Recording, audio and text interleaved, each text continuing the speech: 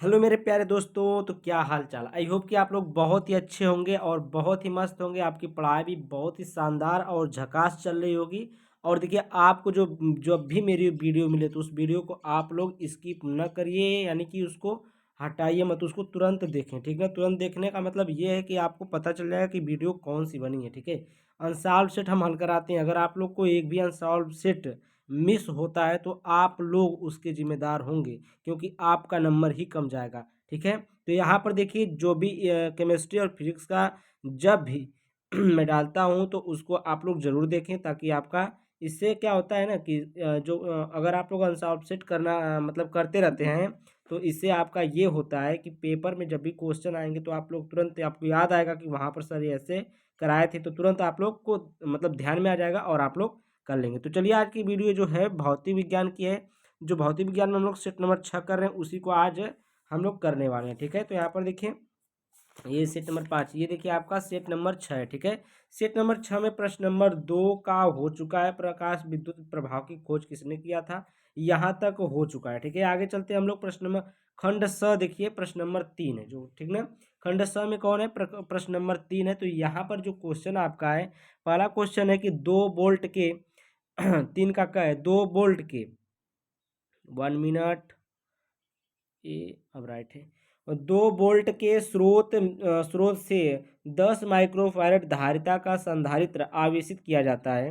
पहला है स्रोत से प्राप्त ऊर्जा ज्ञात कीजिए, और दूसरा है संधारित्र में संचित ऊर्जा की गणना कीजिए। ठीक है, दो चीज निकालना है, स्रोत में प्राप्त ऊर्जा, ऊर्जा का मान, और संधारित्र में संचित ऊर्जा की गणना करना है। तो यहाँ पर आपका दिया है क्या, वोल्ट बराबर 2 वोल्ट, और यहाँ पर जो कुलाम का मान दिया है 10 माइक्रोफैरड दिया है। तो यहाँ पर देखिए, यहाँ पर लिखेंगे आप, दिया है क्या, दिया है देखिए, वी वी इक्वल टू कितना दिया है, 2 वोल्टेज, कितना दिया है, 2 वोल्ट दिया है यहाँ पर।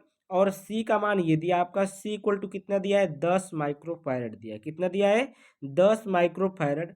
अब इस माइक्रोफैरड को हम लोग फैरड में चेंज करेंगे।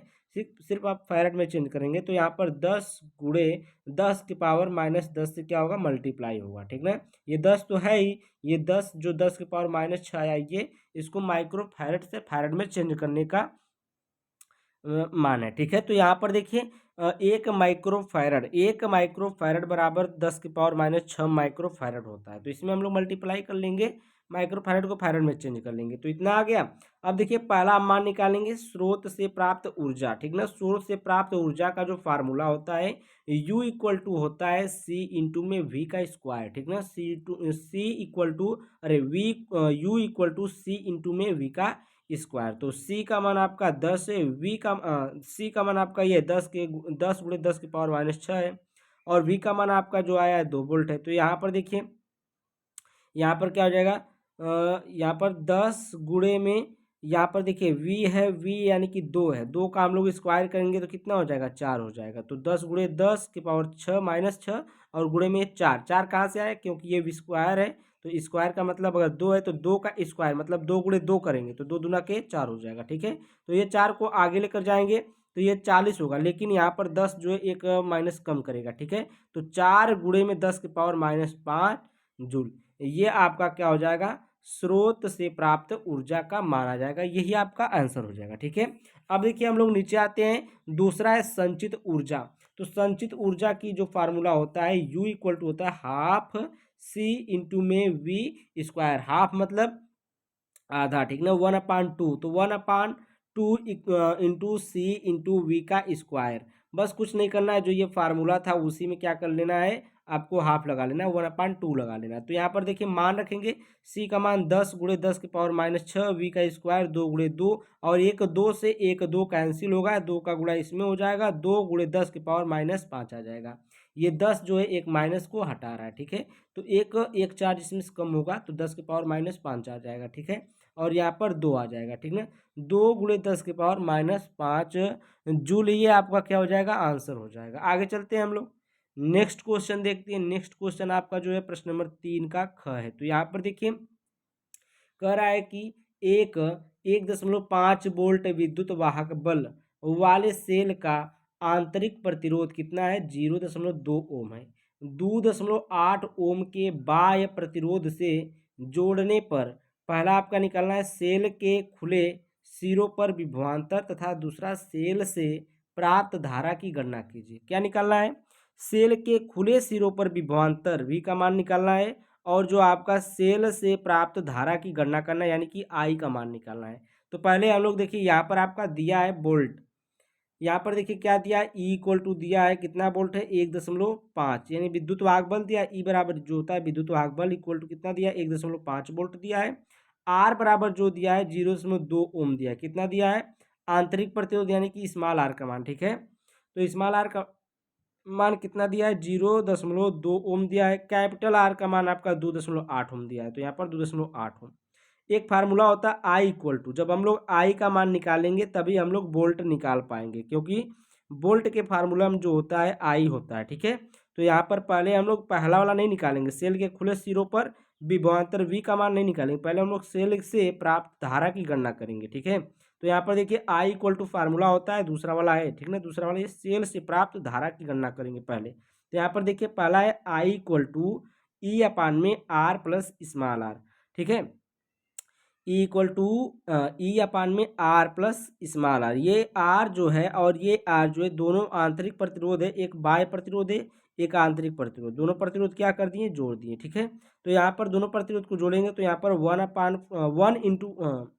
1/1 मान लीजिए 1.5 अपान में 2.8 प्लस में 0.8 है, तो इस दोनों को जोड़ेंगे तो ये हो जाएगा 3। ठीक है, कितना हो जाएगा 3 हो गया है, तो 1.5/3 आ जाएगा।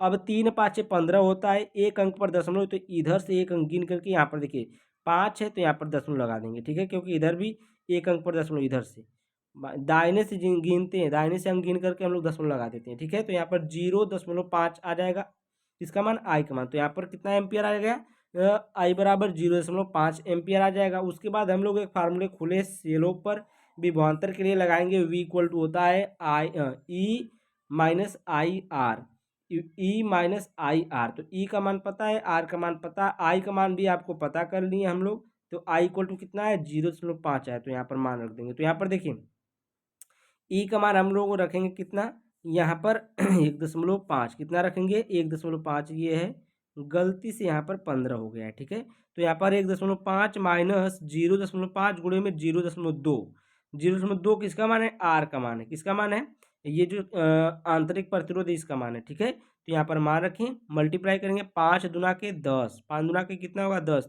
तो 10 होगा ना, तो यहाँ पर देखिए 10 हो गया। 10 का मतलब ये दशमलव के बाद अगर जीरो रहता है तो ये जीरो नहीं लिखा जाता है। ठीक है, यहाँ पर ये 10 है यानी कि इसका मतलब एक ही है, क्योंकि ये दशमलव के बाद जीरो है तो इसका कोई मतलब नहीं है। तो अगर ये 2 अंक पर दशमलव लगाए तो यहाँ पर एक, यहाँ पर एक, 2 अंक हो गया, एक और एक 2 अंक पर दशमलव लग गया। ठीक है, बात सही।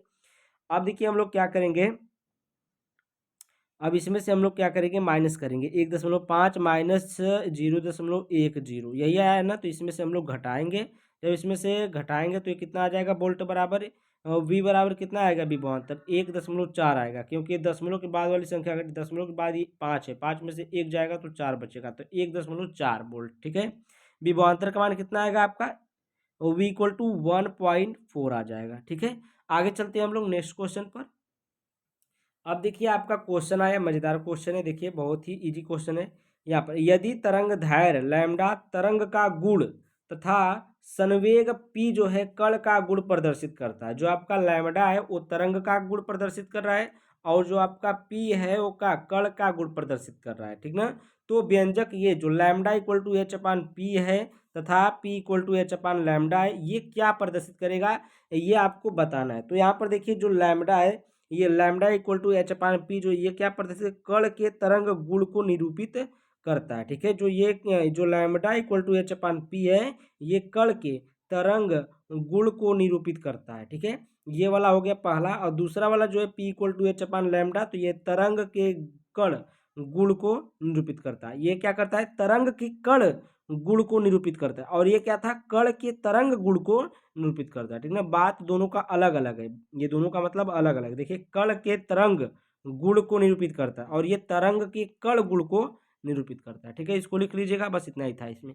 आगे देखिए 3 का घ है, यदि किसी नाभिक के लिए द्रव्यमान क्षति जो है 2 × 10⁻⁶ किलोग्राम हो तो उसकी बंधन ऊर्जा पहला जूल तथा दूसरा इलेक्ट्रॉन वोल्ट में ज्ञात कीजिए। जो उसकी बंधन ऊर्जा ज्ञात करना है, जूल में ज्ञात करना है और इलेक्ट्रॉन वोल्ट में ज्ञात करना है। ठीक है, तो यहाँ पर देखिए हम लोग द्रव्यमान क्षेत्र जो आपका डेल्टा एम का मान दिया है 2 × 10⁻⁶ किलोग्राम दिया है, तो यहाँ पर हम लोग लिख लिए।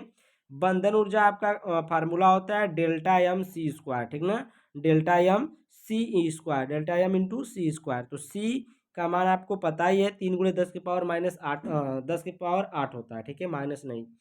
तो यहाँ पर देखिए पहले इसका यम का मान रखेंगे 2 × 10⁻⁶, तो यहाँ पर रख लिए और गुणे में ये सी का मान आपको पता है होता है ना, प्रकाश की चाल जो होती है कितना होती है 3 × 10⁸, तो ये पूरे पर स्क्वायर है तो ये क्या हो जाएगा स्क्वायर हो जाएगा। ठीक ना, 3 × 10⁸ का स्क्वायर हो जाएगा। अब देखिए यहाँ पर 2 × 10⁻⁶ उसी तरीके से 3 का स्क्वायर करेंगे 9 और 10⁸ का स्क्वायर का मतलब होता है ये स्क्वायर स्क्वायर गुणा कर लेता है। ठीक ना, तो 10 के पावर क्या हो जाएगा 16 हो जाएगा। क्या हो जाएगा 10 के पावर 16 हो जाएगा। यहाँ पर ये कुछ नहीं है। ठीक है, तो 9 × 10⁻16 हो गया। अब देखिए 9 दूना की ये 18 होगा, कितना होगा 9 दूना 18, ये 18 हो गया और 16 में से ये -6 है तो -6 और 16 कितना होगा माइनस ये 10 हो जाएगा। ठीक ना, 18 × 10 के पावर प्लस में 10 है। ठीक है, उसके बाद एक दशमलव यहाँ पर लगा लेंगे, ये दशमलव इधर लगाएंगे तो इधर का एक क्या हो जाएगा यहाँ पर अंक बढ़ जाएगा यानी कि पॉजिटिव चार्ज बढ़ेगा। ठीक है, पॉजिटिव बढ़ जाएगा तो यहाँ पर 1.8 गुणे में 10 के पावर 11 जूल आपका ये बंधन ऊर्जा आ जाएगी। ठीक है, द्रव्यमान क्षेत्र जो इसका आया है जूल में आया है। ठीक है, किस में आया है जूल में। अब आपको इलेक्ट्रॉन वोल्ट में निकालना है तो इसी को हम लोग क्या करेंगे, देखिए बंधन ऊर्जा इक्वल टू ये जो बंधन ऊर्जा आया है देखिए कितना आया है 1.8 गुणे 10 की पावर 11 इलेक्ट्रॉन वोल्ट में चेंज करेंगे तो 1.6 गुणे 10 की पावर -19 से क्या करेंगे हम लोग भाग करेंगे तो एक अंक पर दशमलव तो एक अंक पर दशमलव कट जाएगा। ठीक है, एक अंक पर दशमलव एक अंक पर दशमलव कट गया। उसके बाद देखिए यहाँ पर देखिए नीचे 16 हो गया, ये 10 की पावर -19 ऊपर जाएगा तो ये हो जाएगा 10 की पावर 19, ये प्लस में हो जाएगा। ठीक है, प्लस में हो गया इलेक्ट्रॉन वोल्ट में 18.6 18/6 को हम लोग भाग करेंगे तो ये आपका आ जाएगा और ये जो पावर पावर ये जुड़ जाएगा क्योंकि दोनों प्लस है तो पावर ये 10 × 10 10 10 यानी कि सेम है, यानी कि इसका जो बेस है सेम है और जो इसका पावर है जुड़ जाएगा। ठीक ना, बेस सेम रहता है तो पावर क्या होती है जुड़ जाती है। तो 11 और 19 कितना हो जाएगा 10 की पावर 30 हो जाएगा और यहाँ पर जब इससे भाग दिया जाएगा तो 16 एक कम 16 बचेगा 2, फिर 16 एक कम 16 फिर बचेगा 4 आपका, फिर हो जाएगा 16 दूना के 32, फिर बचेगा 8 आपका। ठीक ना, 80 हो जाएगा 16 5 80, तो 1.125 यहाँ पर मैं काट के दिखाऊँ आपको। देखिए 16 एक कम 16 बचा कितना यहाँ पर 2 तो हो जाएगा 20, दशमलव लगाएंगे 16 एक कम 16 फिर आपका कितना बचा 4, 20 में से 16 जाएगा तो 4 बचेगा तो 16 दूना के 32, 16 दूना के 32 अब कितना बचा 8 बचा तो 8 में जीरो लगाएं तो 80, 16 5 80 इतना आ जाएगा। ठीक है, तो 1.125 गुणे में 10 की पावर 30 इलेक्ट्रॉन वोल्ट। ठीक ना, ये अनसॉल्व पेपर में जो आंसर दिया है गलत दिया है इसलिए यहाँ पर लिखा हुआ है। ठीक है, अनसॉल्व पेपर में जो आंसर दिया वो गलत दिया है। ठीक है, आगे चलते हैं हम लोग नेक्स्ट क्वेश्चन पर। अब देखिए आगे हम लोग प्रश्न नंबर ये खंड द पर प्रश्न नंबर 4 है जो, ठीक ना, प्रश्न नंबर 4 का क देखिए निम्नलिखित किन किन कारकों पर तथा किस प्रकार निर्भर करता है। जो निम्नलिखित है ये जो नीचे दिया है, पहला है सेल का आंतरिक प्रतिरोध, दूसरा है चालक का प्रतिरोध, सेल का आंतरिक प्रतिरोध की निर्भरता। पहला देखिए सेल का आंतरिक प्रतिरोध किन किन कारकों पर निर्भर करता है, दूसरा चालक का जो प्रतिरोध है ये किन किन कारकों पर निर्भर करता है। तो पहले के लिए हम लोग लिखेंगे सेल के आंतरिक प्रतिरोध की निर्भरता देखिए किस पर है। पहला है आपका विद्युत अपघट्य की सांद्रता पर, जो इसकी सांद्रता होती है कंसंट्रेशन जिसे कहते हैं। ठीक है, कंसंट्रेशन पर ये क्या करता है निर्भर रहता है, यानी कि इसका जो कारकों पर निर्भर है। तो कौन सा निर्भर किस पर है, विद्युत अपघट्य की सांद्रता पर। दूसरा इसका तापमान पर, तीसरा इलेक्ट्रोडों के बीच की दूरी पर। ठीक ना, तो ये हो गया आपका इलेक्ट्रोडों के बीच की दूरी पर। दूसरी पॉइंट है चालक का प्रतिरोध किस पर निर्भरता, इसकी निर्भरता देख लीजिए चालक का प्रतिरोध की निर्भरता। तो यहाँ पर देखिए चालक की लंबाई पर निर्भर करता है।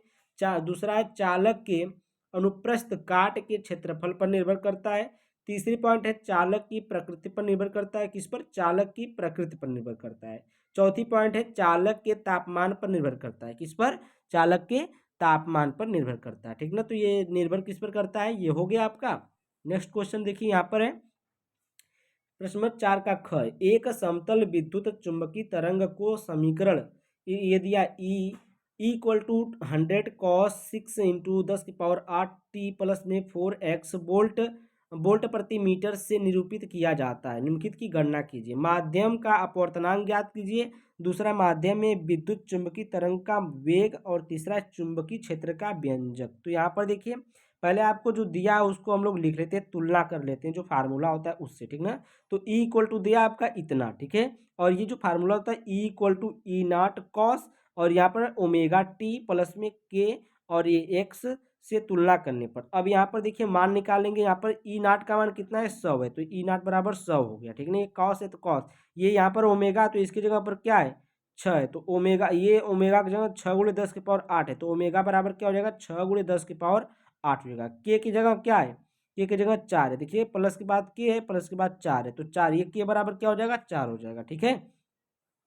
यहाँ तक हम लोग तुलना कर लिए। अब हम लोग पहले क्या निकालेंगे, वेग निकालेंगे। किसका, माध्यम में विद्युत चुंबकीय तरंग का वेग पहले निकालेंगे। तो V = होता है ओमेगा पान में के, ठीक है।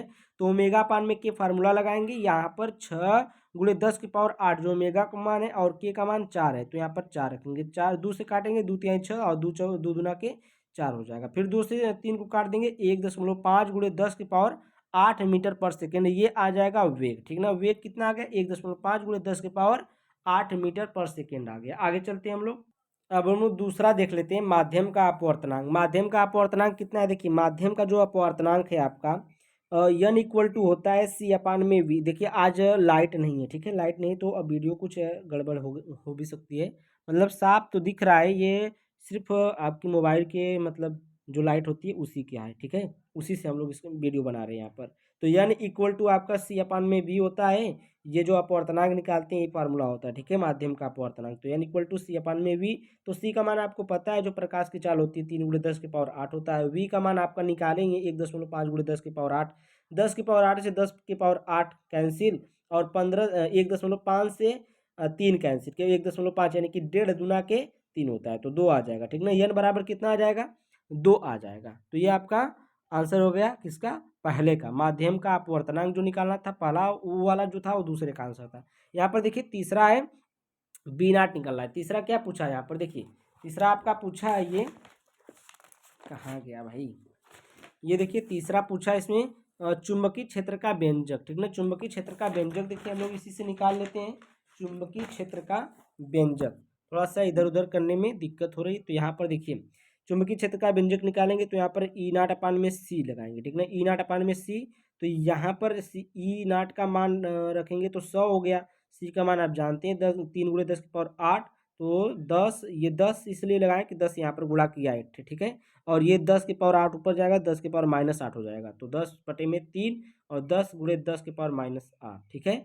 यहाँ तक समझ में आया। 10 गुणा करेगा इसमें तो ये पॉजिटिव होगा, तो यानी पॉजिटिव और निगेटिव जिसका चार्ज बड़ा रहेगा तो ये घट जाएगा, ठीक है। 10 एक क्या करेगा, इसको घटा देगा, तो 10⁻⁻7 हो जाएगा। यहाँ पर इसको भाग किया जाएगा, 3 तरीके 9, 3 तरीके 9 आएगा, 3.333 आता रहेगा। ये V0 = कितना आ जाएगा, 3.3 × 10⁻⁻7 आ गया, ठीक है। अतः चुंबकीय क्षेत्र का व्यंजक जो है ये आएगा B = अब इसका जो समीकरण व्यंजक निकालेंगे, ये समीकरण का है निकालने के लिए, तो ये आ जाएगा 3, जो B0 का मान आया वहीं पर मान रख देना, तो 3.3 × 10⁻7 यहाँ पर रख देंगे। और ये कॉस है ही, ये 6 था, अरे 6 × 10⁸ था, ये T था, प्लस में 4x, और ये टेस्ला में आएगा, ठीक है, किस में आएगा, टेस्ला में। ये आंसर हो गया। प्रश्न नंबर 4 का ग। अब देखिए निम्नलिखित पदार्थों में उदाहरण की सहायता से अंतर स्पष्ट कीजिए। देखिए अनुचुंबकीय प्रतिचुंबकीय लौ चुंबकीय बहुत ही आसान है।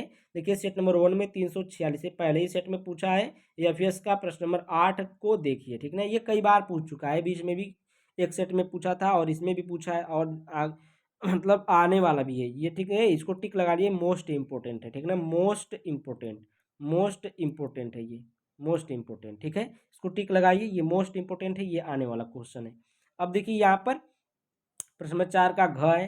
कह रहा है कि एक प्रिज्म का कोण ए जो है उसमें न्यूनतम विचलन कोण जो डेल्टा यम है, ठीक ना, क्या है, डेल्टा यम है, के बराबर होता है। न्यूनतम विचलन विचलन की दशा में निम्नलिखित की गणना कीजिए। कौन कौन से, आपतन कोण का, अपवर्तन कोण का, और प्रिज्म के पदार्थ के अपवर्तनांक का, ठीक है, प्रिज्म के पदार्थ का अपवर्तनांक भी, ये सब क्या, तीनों का गणना करना है। पहले देखिए यहाँ पर दिया है आपका प्रिज्म कोण क्या है, देखिए एक प्रिज्म का कोण ए है, उसमें न्यूनतम विचलन कोण जो है डेल्टा एम है। तो यहाँ पर देखिए ए इक्वल टू क्या है, दोनों क्या है, ये देखिए बराबर होता है, दोनों क्या है, ये बराबर होता है। तो यहाँ पर ए इक्वल टू डेल्टा एम हो गया, प्रिज्म कोण है ये।